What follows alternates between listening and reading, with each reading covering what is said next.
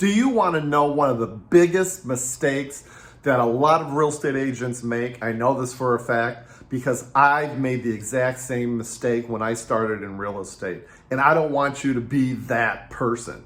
So listen to this. My name is Chris Stafford. I'm a 30-plus year listing agent here in San Francisco, and I love working specifically with listing agents, and I have a coaching program called the Listing Collective, specifically working with listing agents, helping them 5X, 10X their listing business. But I'll tell you, one of the biggest mistakes that I know that a lot of real estate agents make, and because I've done it myself before, and that was probably, I've been doing this for what? As a listing agent for over 30 years, 32 years, something like that. And probably the first 10 years, I made a lot of decisions based on my ego. And this is a big mistake that I see a lot of agents make, especially when it comes to their money. When I first started out and I hired a real estate coach, which I strongly advise everybody to do. And I started making some pretty big bucks. And my first year, I was making well over 6 figures. And you know what I did? I did some pretty stupid shit. I actually spent money on really expensive cars. I was driving really large BMWs and Mercedes. I was wearing $5,000 suits. I was taking these European vacations for like 3-4 weeks. And it was just ridiculous that I spent so much money because I was using it to really have an outward appearance, if you will, of financial success. And let me tell you, that is very common in the real estate industry. And a lot of real estate agents don't like to hear this. I happen to know for a fact, I've been coaching real estate agents for so long. I'm friends with real estate agents all over the country. I know real estate agents that are absolutely living the life of their dreams, and it seems like they're, private jets and fancy suits and all these trips and cars and all that kind of stuff. And it's all hot air. They're lying. They're making it all up. They don't even own their own apartment or condo. Yeah, I know that for a fact, and that's true. Don't make decisions of your business, for your business, based on your ego and wanting to appear to be somebody that you're not. Here's the key, and I can tell you for a fact that I had a big aha moment after about 10 years, and I says, well, this is absolutely ridiculous that I'm doing that. My partner of so many years had actually been diagnosed with brain cancer, and it made me really take a step back, and I really reevaluated my life and thought to myself, this is ridiculous. Thank God, total remission right now, and everything's cool. But it made me really evaluate my life, and it made me really evaluate what was the reason I was doing this. Did I have a strong reason for, being a successful real estate agent? And, then I just decided that I was going to start paying myself first. I was going to stop all this craziness with cars and with, these crazy trips I was taking and these, expensive suits. And I decided that the key is accumulate wealth so that I can help other people. And that's really the realization I came to. For you, it may be to accumulate wealth to help your family. Maybe you do want to take those trips. There's just so many different ways that you can use wealth building in real estate to help others. And that's really the point that I really want to drive home. You don't need those glam photos. You don't need $5,000 suits. You don't need to drive a Mercedes S-Class. It's just, if that brings you real pleasure and you're doing it because it brings you pleasure, great. But if you're doing it because you want to impress other people, then that is not good. No bueno. And the kicker is that sellers and your clients, when you go on a listing presentation, they don't give a rat's ass about any of that stuff. They don't care.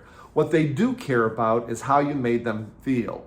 They don't care about what kind of dress you have or what kind of suits you have or what kind of car, or I'm number one, I'm this and I'm that.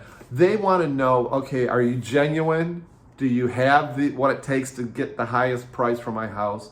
Do you understand me? Do you understand my problems? Are you answering my questions? Are you really connecting with me? Building rapport with your clients, which is, I think, the highest honor in real estate is really the greatest way for you to really 10x your business and get more listings.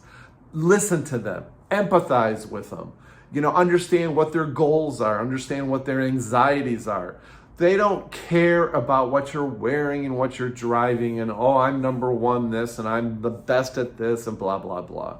They really want to know that you are, in fact, the best person for the job, and the way that they're going to make that decision is how you made that seller feel.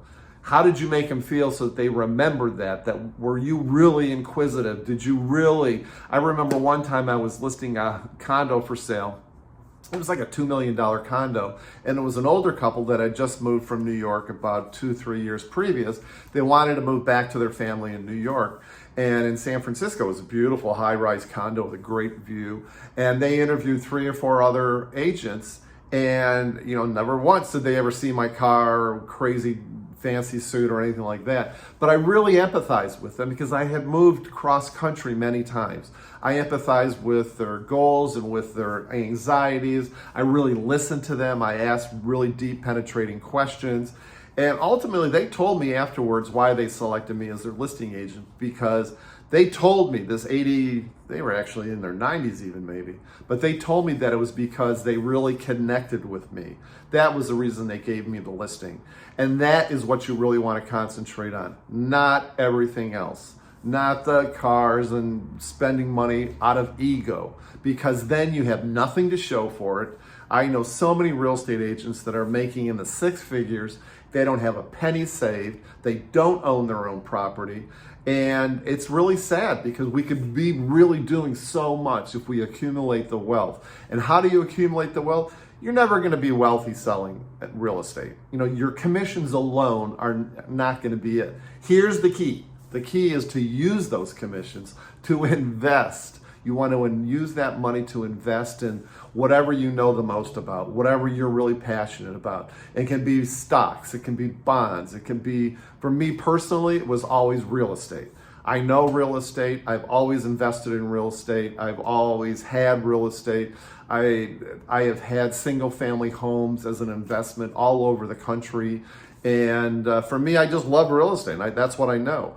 When my stockbroker calls me, my investment advisor calls me, my eyes glaze over, because although he's doing an amazing job for me with the stock market in spite of this crazy market, I just really am not passionate about stocks and bonds and dollar cost averaging and all that. What I am passionate about is real estate, and that's what I know. So it's not the commissions that are going to make you wealthy. What's going to make you wealthy is investing those commissions and paying yourself first.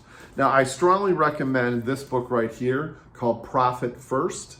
It is by Mike Michalowicz. I'm probably butchering his name, but check out that book, Profit First, because it's really all about paying yourself first, saving the money and investing that money up front before you make any other payments, expenses, and everything else. So that is how you're going to become wealthy, is by paying yourself first and using that money to invest.